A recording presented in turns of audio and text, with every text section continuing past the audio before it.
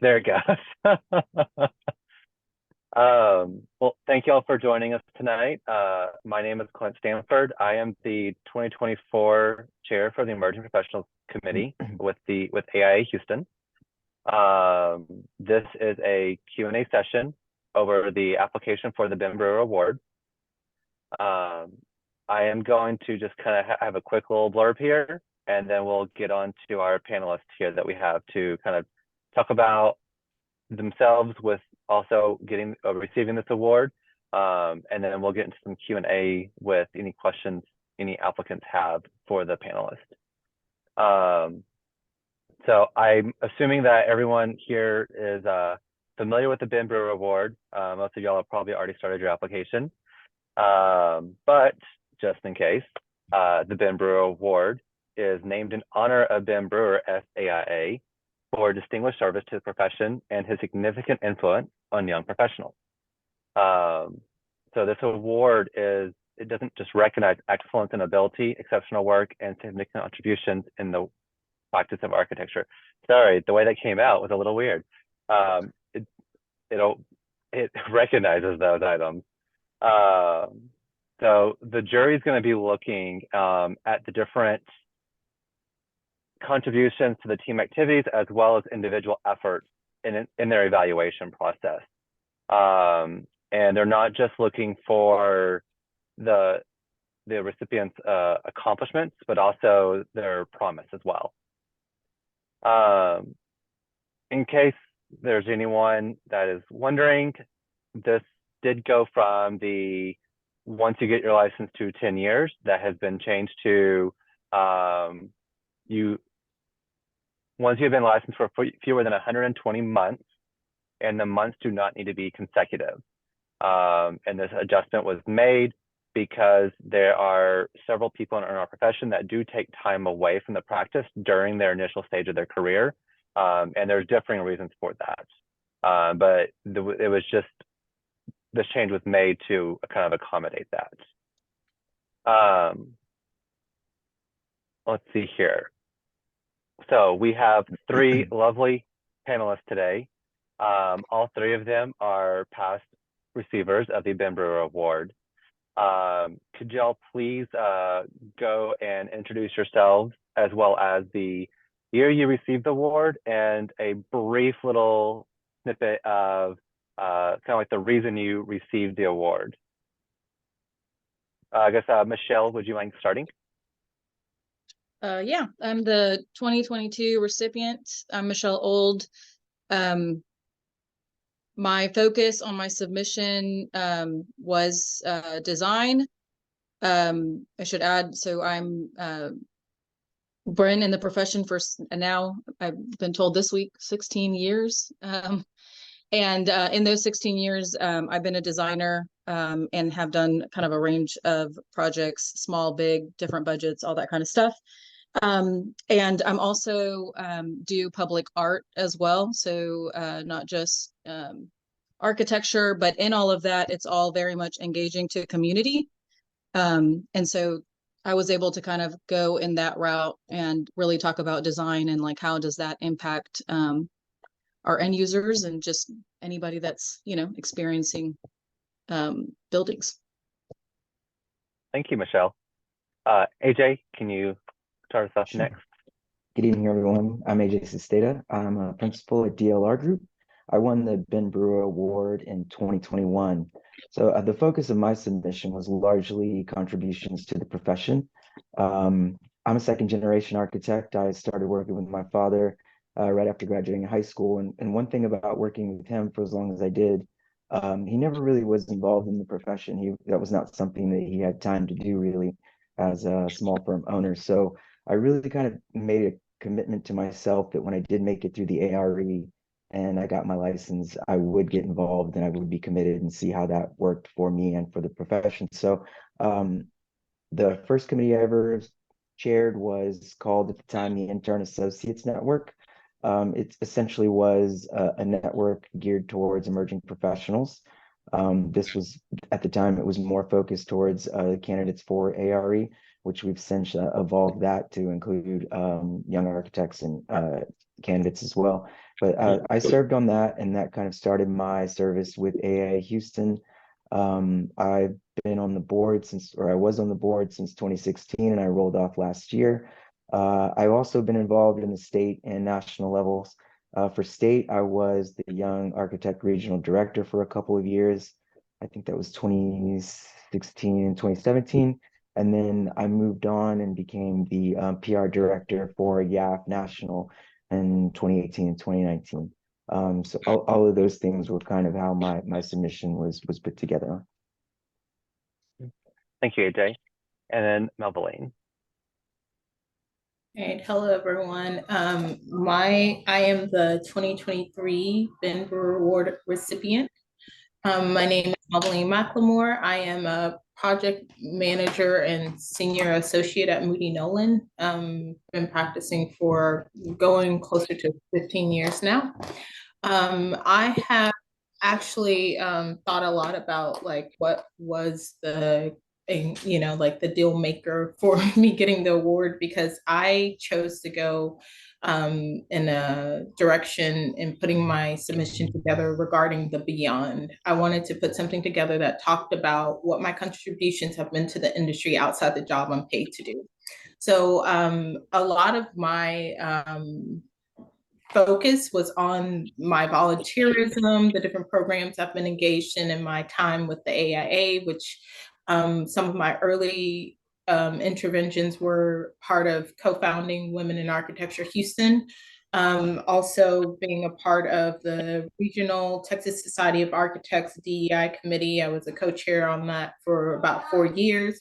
I've been a part of the AIA Houston board since 2018, was not in the executive board until the later, like a couple of years later, but currently the president of the chapter. But most of my submission was about like how I've made these impactful, consistent contributions over about a 20-year time span. Okay, thank you. And then before we kind of go into like questions, I do want to say that the call for nominations are due on or before March 29th at 5 p.m. And chatting with Michelle earlier, like you still have time. Michelle was telling us that she did it in less than 2 weeks, her application. As long as you are very on top of everything and really work hard at it, but you still have time to submit it if you have someone out there that you think would be a great fit for the award. So I will add to that is like when I decided to submit that late, if you're going to do that, make sure that you contact your recommendation people like right now, like after you get off this call, like get those people in line, because that's everything else you can do. But so Alex, let's see here. Do you have are we going to be doing questions through the chat? No, everybody have the ability to unmute themselves. So if you have a question, raise your hand, unmute yourself, and we can start that way, I think. Okay. So if you have a question, go ahead and unmute yourself. We are here to answer any questions you may have. I have a question. Okay. So like I know Michelle, AJ, and Melvin, y'all done like a lot. You've contributed in a lot more areas probably than the main like area that you focused on. So I'm just curious, in putting together your application, like how much did you think about kind of providing like a consistent narrative, and did you actually sort of exclude discussing certain areas to try to make that as clean and kind of straightforward a story as possible? Yeah, I can, if y'all don't mind, I'll jump in, at least from my perspective. Like I said, I tried to focus more on the beyond.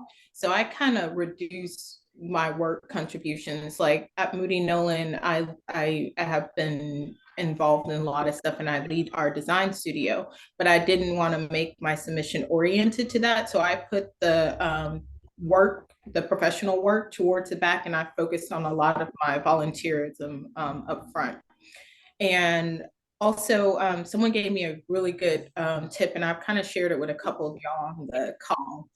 Someone said, think about your ripple, like what has been your ripple effect in this continuing thread in which you kind of plugged yourself in, and that helps you kind of tell a very consistent story.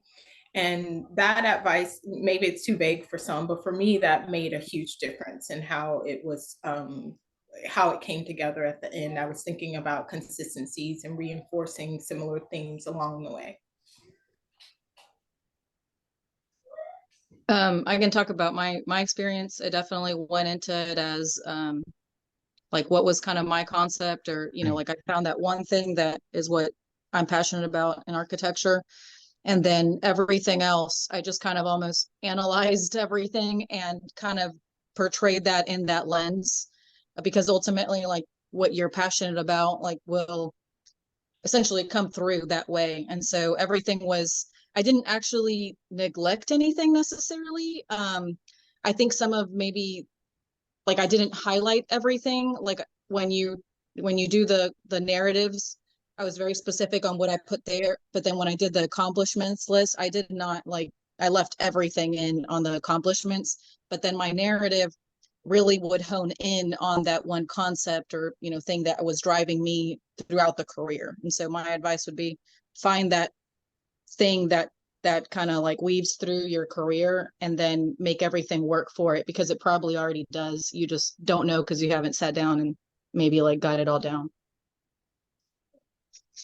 Hey, Kali, yeah, thanks for the question. I think it's a really good one. So for me, there were some underlying themes. I think when I started to plan mine and put it together, there were things that I wanted to hit. First and foremost was my passion for mentorship. So that was a big theme of mine and how I built the accomplishments in the bio, and ultimately the narrative as well. The other theme was legacy, and so those two things I kind of used as kind of the underlying and the focus on how to bring all of the information together. I mean, all of you have been in the profession, you have rich relationships, you've done great work. It's about telling your story. And so for me, how I organized that was those two themes: mentorship, how I've given back, how I will continue to do that, and then legacy of the projects that I've worked on, legacy for how they affect the communities and how they will affect the communities long after I'm gone. So those were the big things. Like Michelle, absolutely don't exclude anything. You need to throw it out there. If you've gone out there and contributed, yeah, please find a spot on the accomplishments or bio that'll help you articulate everything you've done for the profession. And when you're trying to do that, just make sure it's not, you have a clear, Michelle referred to it as passion. It may evolve as like a consistent theme, but whatever it is, just make sure that's clear throughout, because sometimes you want to put so much in there, it gets lost what you're trying to tell the why you in that whole package. So just try to make sure it, and I also suggest you let other people read it. I know, like, if you do this in 2 weeks and it's like a last minute effort and you're just trying to, that's a miracle that might not work out for everybody. So let other people hear it. So, because you might think it's clear, but it may not be clear to someone else. And you not knowing who's on that jury and that jury member not necessarily knowing your story, it's good to make sure other people are able to capture what you're trying to convey through your submission.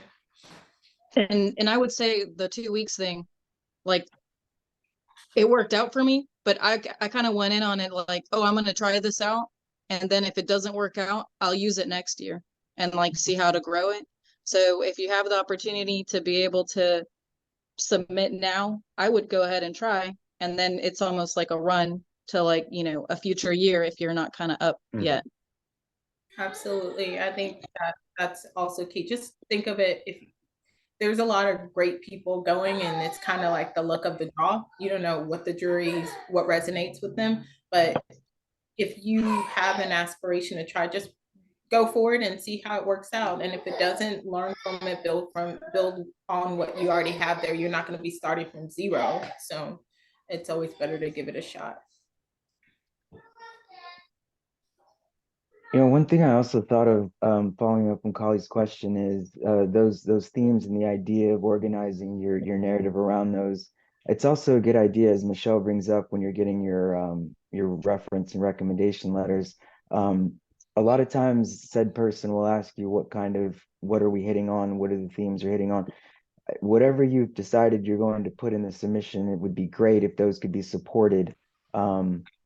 With your reference letters as well. So that's something to think about, that the both are working together and they're not so isolated.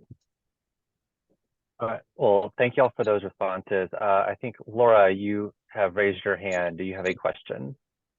Hi all, so nice to see Hey. you. Can you hear me? Good to see you. Yeah. See a toddler just pop in here. I apologize All good. that time of day. Okay, so I have a question for you. How close were you guys to your 10 years when you applied, or when you, I would say when you got your award? I was at 8. Yeah. I was at 8, I think. 7, maybe 7 or 8, one of them. I was at 7. Okay, and then Can't remember.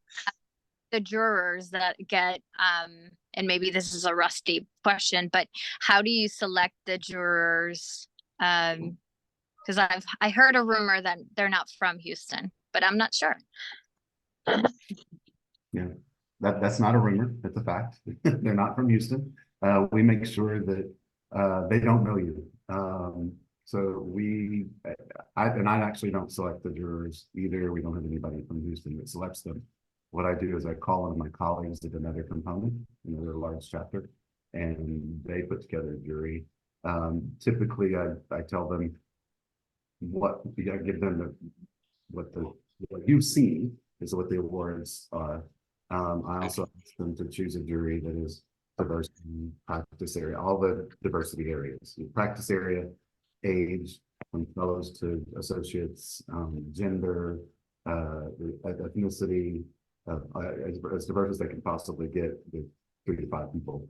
And then that component director, my colleague, will impanel the jury and provide it with. I'm not even in the room, I'm on the call. Nobody from Houston is listening.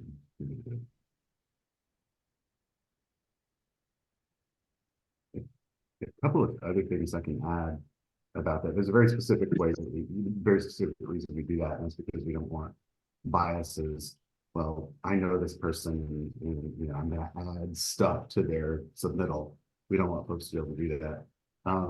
If you look at some of the feedback that we've gotten from those juries has been, if you put percentages behind these ways that you can be a young architect, it would make it much easier for us, for the jury. We're not interested in making it easy for the jury. This is a very hard decision, and we want them to think about it really hard.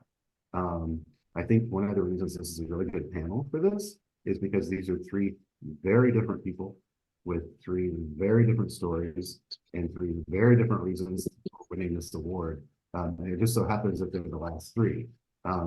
This award is a hard one to win. There are lots of people that compete for it.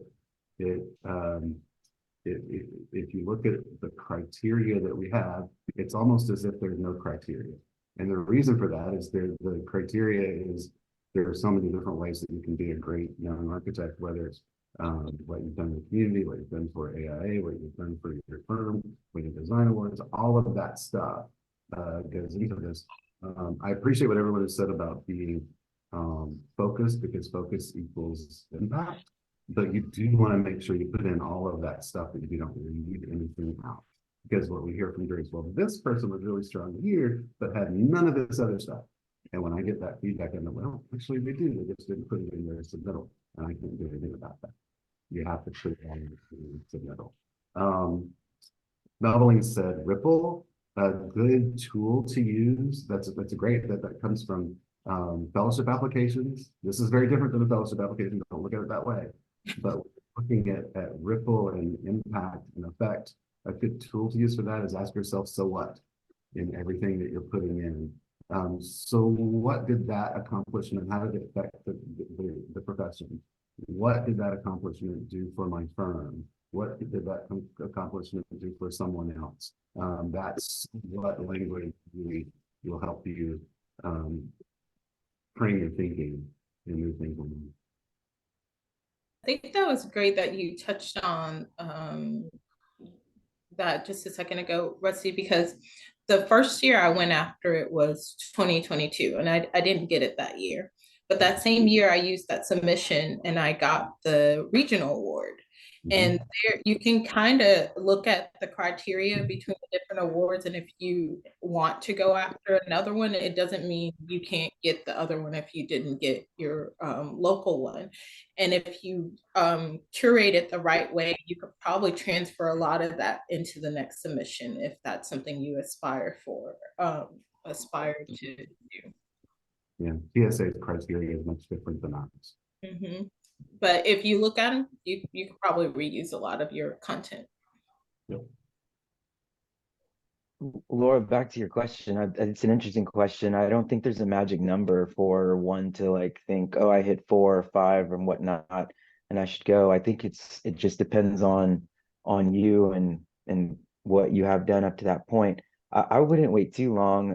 Like Mel said, I submitted more than once. I wasn't successful my first time, but submitting a little earlier gave me two things: time to build that resume and time enough to resubmit and not be pushing it on year 10. So all of those things to consider. I don't think one should wait well into their tenure, the first 10 years of licensure, to go after it. I don't remember the year I went after it first. I think it was 2016. I think it was 2016 or 2017. Yeah.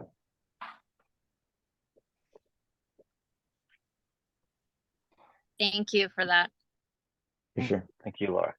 Are there any other questions? I have more of a prompt than a question. Okay, go for it, That's Rusty. important that we're kind of overlooking right now is letter writing. How did you choose who to write for you? I think it's really important, and I see a lot of mistakes that happen in letters of support. So That's a great question. I'm just trying to remember everyone that I got to write. Hold on one second. Okay, I think we only needed 3. So I looked at it 2 ways. I wanted someone that had known me throughout my tenure as a young architect to write a letter. Ideally, that would be someone that was a mentor of mine. So Donna Kachmar was someone that I met when I first got licensure in 2013, and she's been a mentor of mine ever since. So that was an easy avenue to go to. It made lots of sense. The second one was trying to show, I wanted to use the letter to show impact in the city that I live in. So a friend of mine is David Robinson, who's a council member for City of Houston, and we had become friends when we met on an advocacy trip to Austin. So I called him, and he was nice enough to write me a fantastic letter. And my final one was a colleague of mine from YAF National. So the strategy there was just to show, like Mel said, the ripple inside of Texas and outside of it as well. It's a great question. But yeah, back to what I was saying earlier, all 3 of them asked me, what should I write? What do you want me to say? And it was, yeah, so it's like, that's not really what I'm here to do. So we just agreed on bullet points or parts of my career for them to hit on. Yeah, I think that was very helpful for the folks I reached out to, including AJ. Thank you very much for being one of those letters for me. I reached out and kind of told them what parts of my story I wanted them to speak to, because these are people that I really admire, or they know something I've contributed, and I felt like they could tell a story that was going to validate what I was putting in there as well. You know, like you want people who understand your history and what you've done and can say, oh yes, this person didn't just show up one day and start writing stuff down to make themselves look a certain way. They actually made these contributions. And you want it to be someone who at least knows you good enough to be able to write something, not, you know, someone who knows you too superficially. So I also had, I guess, AJ, we both had Donna, and then I had you, and I had Anzilla Gilmore, who's one of my wonderful mentors, been a part of my program I started nationally. So she was able to kind of speak to that bigger contributions I've made. And giving them enough time is really important. Like Michelle mentioned earlier, you don't want that to be a last minute ask. Those people are busy. You don't want to, a little bit of you kind of feels like you're bothering someone when you're asking. At least I personally feel like, I don't want to ask someone to write something for me. But they're usually grateful to support you if they genuinely like you. And so they don't mind doing it, but give them enough time to do it. You don't want it to be the night before and you're kind of pressuring them to create something that is supposed to help you get this recognition. So be thoughtful in who you select and give them enough time to make a nice letter on your behalf. So for me, with the little time, I actually asked a lot of people, and I asked 7 people, and all 7 of them gave me a letter, and I decided to just put all of them in. So that's what I ended up doing, and that was really gracious of them to actually do it. But again, like my focus was design and work and things like that, and so what I looked at was selecting people that had experienced that with me. And so that was at Kirksey, where I work at. So it was the managing principal that I've worked with for many years. So he wrote me one. And then I asked clients that I had worked with on like several projects and that I had a good relationship with, and they were happy to write that out, including actually for Prairie View A&M. So Dean Sabuni wrote one for the fabrication center that I worked on for her.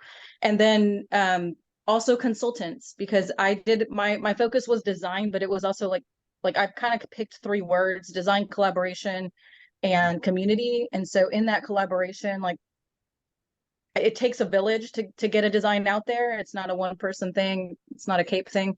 And so I did choose also engineers that I had worked with multiple times. So like I had a specific person from Walter P. Moore and then also from SWA. And it was the same thing. It was like repeat people that actually knew how I worked. And so I didn't, because of the lack of time, I didn't have enough time to strategize on the like kind of giving them like which way I was going. But they just already had that experience with me, that what they wrote was just great. And so it's just like, put that in. You got time, strategize. Like you probably like strategize on what you know, kind of give them a little bit of a cue. That's probably a great idea. But overall, you know, I think the asking for the letters, if you can ask for more, I would, if more than like what's out there. And you know, don't feel bad about it. A lot of them were really happy to do it and didn't have any issues with it. Yeah, and then I did them more than 3. I think I probably did 5. I can't recall, Rusty. So that's always good. It helps. Yeah. And also, it's at least 3 is what you need. So 3 or more. I wouldn't do just 3. You know, if you, I think Michelle's right. Send out, you know, a broadcast and get back the letters. One thing about what Michelle just said, that clients are great. You know, when we used to do this jury in house, and I would sit down on the jury, they love the client letters, so that helps you a great deal. What could be harmful, and this is may sound counterintuitive, is letters from a principal, because this award is based on accomplishment and not on promise. We made a change to the language a few years ago to make that clear, and the juries are told that. The reason we changed the language is because we found a study, we saw that there's actually several studies that say this, that men tend to be rewarded more on promise than women do. When you're almost never awarded on promise, they're always awarded on accomplishment. But in order to level the playing field, we want to make sure we're talking about accomplishments, not something that you might do in the future. And firm principals sometimes tend to write these letters that say, this young person, making you look younger than you are and less significant than you are. This young person's done a great job with our firm and will someday be a leader. This award is for leadership now. So that is not a letter you want. If you wanted a letter from your firm principal, I know that Michelle's didn't say that. That's not what her said. It talked about her being a leader in the firm. That's what you want, and that's why you want to tell your letter writers what to say. Give them bullet points, because you really don't want something about something in the future. You want it to be about your accomplishments currently. And to the point of like submitting multiple years, one of the things that I did, again, because I was like, I don't know what's going to happen here, is I did ask them like, hey, like, would I be able to use this letter again in the future? And they were like, absolutely, like, please change the date and use it as many times as possible. So just keep that in mind when you're asking your reference. You might want to keep it open-ended for that date, because you might want to go for another award, and you know, you don't want to ask them again for another letter. They've kind of already done all the work. So That's a great tip there, Michelle. Yeah, very true. Another thing I do want to touch on, I don't know, did y'all have more prompted questions or things? I don't know. Was there any other questions? If not, Go I ahead. want to. Yeah, go ahead, Melvin. This can be a lot to put together outside of your regular job, right? So sometimes it's I actually had a friend of mine who was helping me, who actually is the one who told me to go after awards, and I never had an aspiration to apply for anything. So he actually helped me kind of organize myself and get, you know, make sure I was checking everything off and making sure I was doing everything per the rules of the award. It really helped having someone else. I don't know if that's an opportunity for any of you, but I don't think it's something you have to do alone if you don't have to. If someone can help you, at least make sure you're not missing something that gets you disqualified easily. Just let them kind of be that soundboard for you. It made a huge difference for me, especially when I was, you know, rolling from one thing to the next and knowing that I was really limited on time I might miss something, and it just made a huge difference. Are there any other questions from anyone? And I guess I was going to say the audience, but I guess we're kind of all audience on virtual here. We've had some good ones so far, so we want to make sure we get them all in.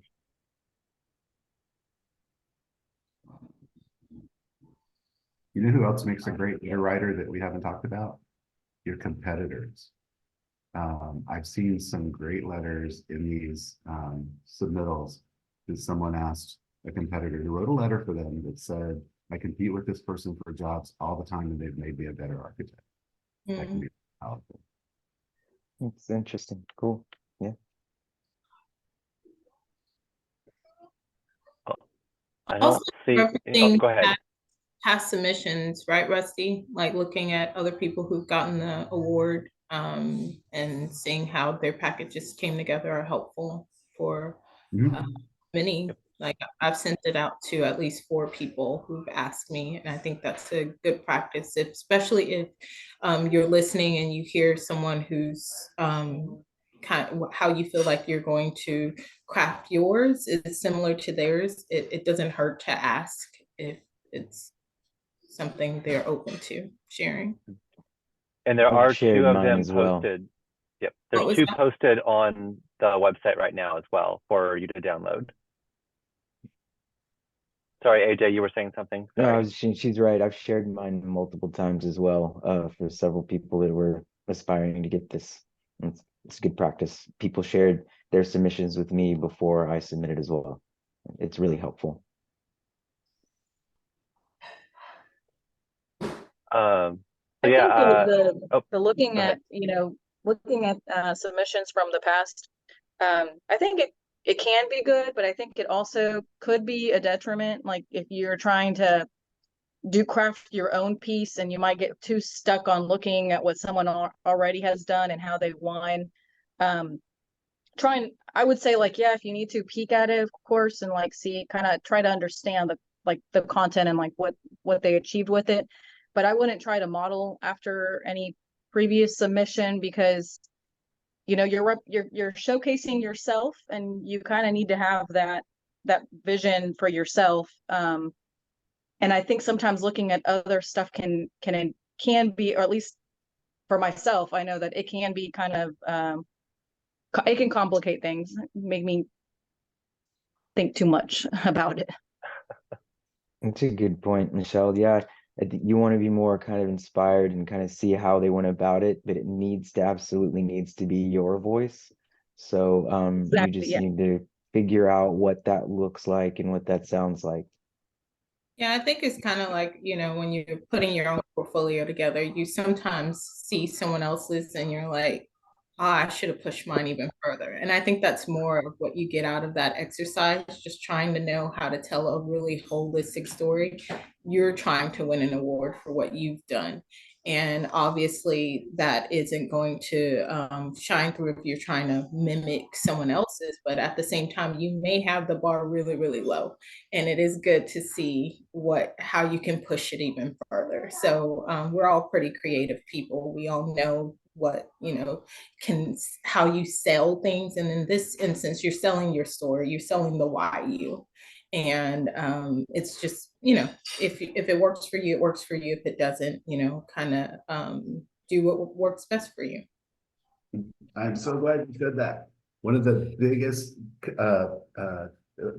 mistakes I've seen on these are folks who have enormous accomplishments and they're too busy trying to give credit to everybody else. This is the time to claim your accomplishment and make them shine. This is not a time to be timid about what you've done. Oh yeah, that's so true, Rusty. I hesitated so much with those. Melville did, like, that makes me really uncomfortable, like it feels like you're bragging about yourself, but you're not. You're talking about you to someone who doesn't know you. And Rusty, you have a set of criteria. I don't know if it's ranked or not, but you send the jury some criteria, at least things they should look at, correct? Yeah, And it's the same thing that's on submittable when you look at it and start submitting. Yeah. Okay, perfect. So that is what they're trying to see if you align well with. So yeah. So sometimes the people that are the most accomplished are the ones that don't really want to sing out about their accomplishments, and it's really hard. I know, I've seen it happen. But you have to learn how to do that for this purpose. And then you can go thank everybody that helped you later.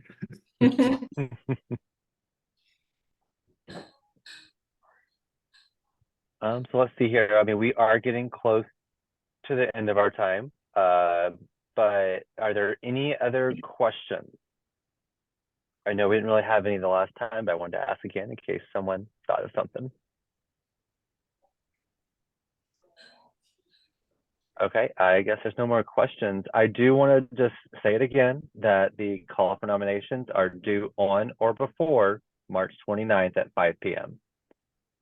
Please make sure you get those in. So yeah, I just want to make sure that I said that several times. Rusty, I think Alex said you wanted to say something at the end, or you kind of said it throughout the whole thing.